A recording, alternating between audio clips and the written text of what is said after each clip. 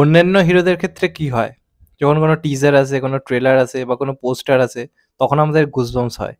কিন্তু একজন আছে, যার শুধুমাত্র যদি আমরা হাতের মাসুল দেখি বা যদি আমরা শুধুমাত্র তার একটা ঝলক দেখি, তার যদি একটা চোখের ঝলক দেখতে পাই এবং যদি তার শুটিংয়ের কোনো মানে কোনো রকম শুধুমাত্র এডিটিং না করা যদি একটা ছবিও দেখতে পাই, গুজবাম্পস চলে আসে। এবং যদি সেই চরিত্রটার নাম কবির হয় এবং সেই চরিত্রটি প্লে করে ঋত্বিক রোশন, তাহলে আর কি চাই? তো ওয়ার টু সংক্রান্ত একটা বড় আপডেট এমনি সামনে আছে এবং তার সঙ্গে সঙ্গে বলে রাখি, ওয়ার টু থেকে ঋত্বিকের ফার্স্ট লুক সামনে এসেছে এবং এটা জুম টিভির তরফ থেকে পাওয়া গেছে। এবং আমি মানে থ্যাংক ইউ জানাতে চাই আমার একজন সাবস্ক্রাইবারকে, যার নাম হচ্ছে সন্দীপন। ওই আমাকে একটা হোয়াটসঅ্যাপে ফার্স্ট পাঠাতে, নাহলে আমার পক্ষে এটা জানা এই মুহূর্তে পসিবল ছিল না। তো লুকটা দেখে জাস্ট ভাই ছিটকে গেছি, এক কথায় বলতে গেলে ছিটকে গেছি। এবং ঋত্বিক রোশনের মানে যে রেকর্ড ব্রেকিং যে বক্স অফিস যেটা করে থাকে ঋত্বিক বেশিরভাগ সময়, সেটা কিন্তু একমাত্র এই সিনেমাটার মাধ্যমে এখন হতে পারে। আর ক্রিস ফোর্থ এখন আসতে দেরি আছে, সেটা নিয়ে এখন না কথা নাই বললাম, ওটাও বিরাট বড় কিছু হবে। তো এই মুহূর্তে ওয়ার টু এর থেকে যেটা বড় আপডেট যেটা সামনে আসছে, ওয়ার টু এর কিন্তু শুটিং অলরেডি স্টার্ট হয়ে গেছে এবং ঋত্বিক রোশন কিন্তু 60 দিনের কিন্তু মানে শুটিংয়ের টাইম দিয়েছে। এবং এই সিনেমাটাতে প্রচুর উচ্চমানের অ্যাকশন থাকবে, যেরকম অ্যাকশন এর আগে কখনো কিন্তু বলিউডের কোনো সিনেমায় হয়নি। মানে যেটা বলা হচ্ছে ওয়াইআরএফের তরফ থেকে, যে পাঠান, টাইগার এবং আরও যে সিনেমাগুলো রয়েছে, সেগুলোর প্রত্যেকটা আজ অব্দি যা যা অ্যাকশন হয়েছে তার থেকে এটার অ্যাকশন পুরো আলাদা। এবং স্টোরিরও যে প্লটটা, সেটা কিন্তু পুরোপুরি স্পাই ইউনিভার্সকে থেকে কিন্তু পুরো অন্যরকম একটা গল্প এবং পুরোপুরি অন্য রকমের স্টোরি টেলিং। মানে হিরো ভিলেন যে লড়াই, সেটা পুরো অন্যভাবে এখানে প্রেজেন্ট করা হচ্ছে। এবং সেখান থেকে ঋত্বিকের লুক আজকে সামনে এসেছে, আমি তো থাম্বনেলে দিয়েইছি, তার সঙ্গে সঙ্গে তোমাদেরকে আমি এখানেও দেখাচ্ছি লুকটা। ভাই, ঋত্বিককে কি লাগছে! মানে সেই ভিনটেজ লুক, মানে যে লুক দেখে আমরা ফিদা হয়ে গেছিলাম সত্যি কথা বলতে গেলে, সেই লুকটাই কোথাও গিয়ে সামনে এসছে ভাই।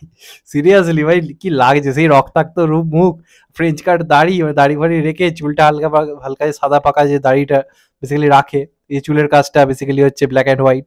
তো হেভি লাগছে ভাই ঋত্বিককে। এবং সেরকম ফিগার লাগছে ভাই, ফিগার ভাই ঋত্বিকের তুলনা হয় না। এই যে হলিউড যে লেভেলটা, সেটার কথা ভাই ঋত্বিককে দেখলেই সত্যি কথা বলতে বোঝা যায়। মানে দারুণ লাগছে ঋত্বিককে। এন্টারের লুক যদি এখনো সামনে আসেনি, এখান থেকে শুধুমাত্র ঋত্বিকের লুকটাই সামনে এসছে। এবং সত্যি কথা, লুক দেখেই জাস্ট ছিটকে যাচ্ছি। তাহলে যখন পুরো সিনেমা আসবে, টিজার আসবে, ট্রেলার আসবে, তখন তাহলে আমরা কি করব? এবং ব্যক্তিগতভাবে আমি সত্যি কথা বলতে গেলে স্পাই ইউনিভার্স যদি কথা বলি, টাইগার তো সব থেকে আমার পছন্দের। টাইগারের পরে কিন্তু স্পাই ইউনিভার্সের প্রতি যে ক্রেজটা, ভালোবাসাটা কোথাও কিন্তু কবিরের জন্যই হয়েছিল। তারপর তো অবশ্যই পাঠান এসেছে, কিন্তু কবিরের একটা আলাদা স্টাইল রয়েছে।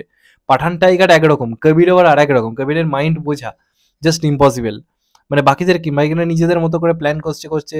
আবার কবির যে কখন কি করবে তার কোনো ঠিক নেই, যে কারণে আমার কবিরের স্টাইল স্টেটমেন্ট, তার যে ইন্টেলিজেন্ট যে বুদ্ধি, সেটা আমার সব থেকে ভালো লাগে।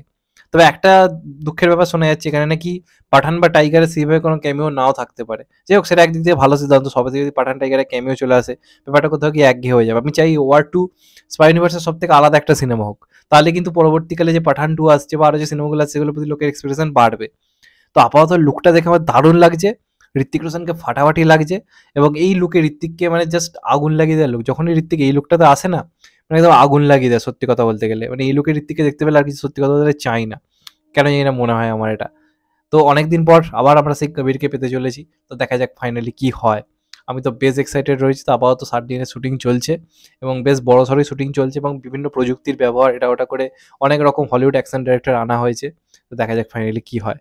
তোমরা কতটা এক্সাইটেড এই সিনেমাটা নিয়ে অবশ্যই কমেন্ট করে জানাও। চ্যানেলটা নতুন হলে চ্যানেলটাকে সাবস্ক্রাইব করে দিও and get the bell icon. ভালো থেকো সবাই, টেক কেয়ার, নমস্কার, আবার দেখা হবে। এখন তো ভাই সবাই ভালো থেকো, সুস্থ থেকো, নমস্কার, টেক কেয়ার, আবার দেখা হবে।